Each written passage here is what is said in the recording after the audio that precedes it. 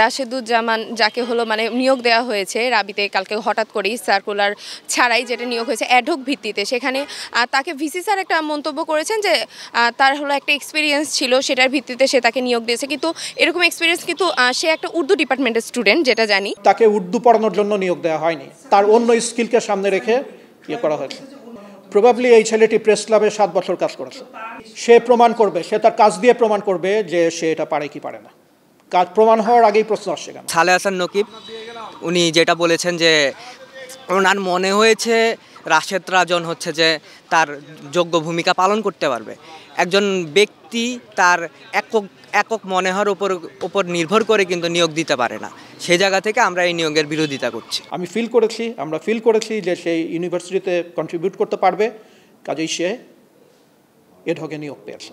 এটাই হচ্ছে আমাদের তরফ থেকে পরিষ্কার কথা আর কি। কোটা নিয়ে যারা আন্দোলন করলো তাদের মধ্যে থেকে আবার সেই কোটার ভিত্তিতে চাকরি দেওয়া হলো, যার কোনো মেধা নাই।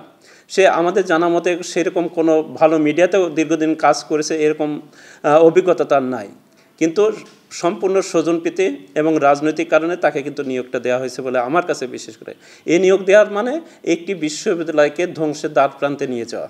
সঠিক প্যাড আর সঠিক তথ্য দিয়ে এসব সামলে নিব এক হয়ে মোনালিসা স্যানিটারি ন্যাপকিন। অতীতের আওয়ামী লীগের মতো মেহেদী সজীব, ফাহিম রেজা সহ স্টুডেন্ট রাইট অ্যাসোসিয়েশনের কতিপয় সমন্বয়ক সহ আরও কয়েকজন সমন্বয়করা নিজেরা প্রভাব খাটিয়েছে এবং এই নিয়োগের পিছনে তারা জড়িত থাকতে পারে। স্বজনপ্রীতি এবং ক্ষমতার অপব্যবহার করে এই নিয়োগ সম্পন্ন করেছে বিশ্ববিদ্যালয় প্রশাসন। ইতিপূর্বে আমরা বিভিন্ন মাধ্যমে জেনেছি রাবির 17 জনের সমন্বয়ক প্যানেলের 12 জন সম্মত হয়ে রাবির প্রভিসি এবং ভাইস চ্যান্সেলর নিয়োগ কলকাঠি নেড়েছে। স্পেসিফিকভাবে আমার নাম আসছে, সেহেতু আমি বলবো যেহেতু আমার নামটা আনা হয়েছে, যদি কোনো সুস্পষ্ট প্রমাণ দিতে না পারে সেই ক্ষেত্রে কিন্তু এটার কোনো ভ্যালিডিটি থাকে না।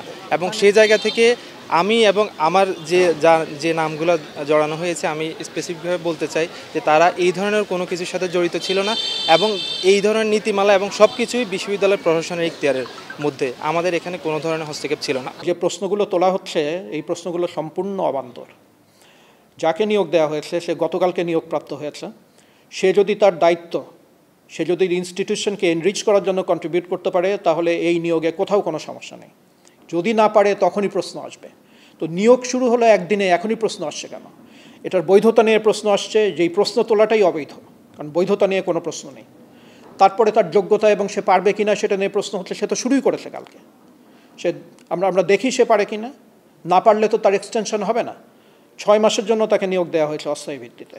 সে যদি পারফর্ম না করতে পারে তাহলে তার এক্সটেনশন হবে না। তো কথা হলো যে এই শত শত অ্যাডহক নিয়োগ আছে এবং এটা স্বৈরাচারের সাথে কোনো সম্পর্ক নেই।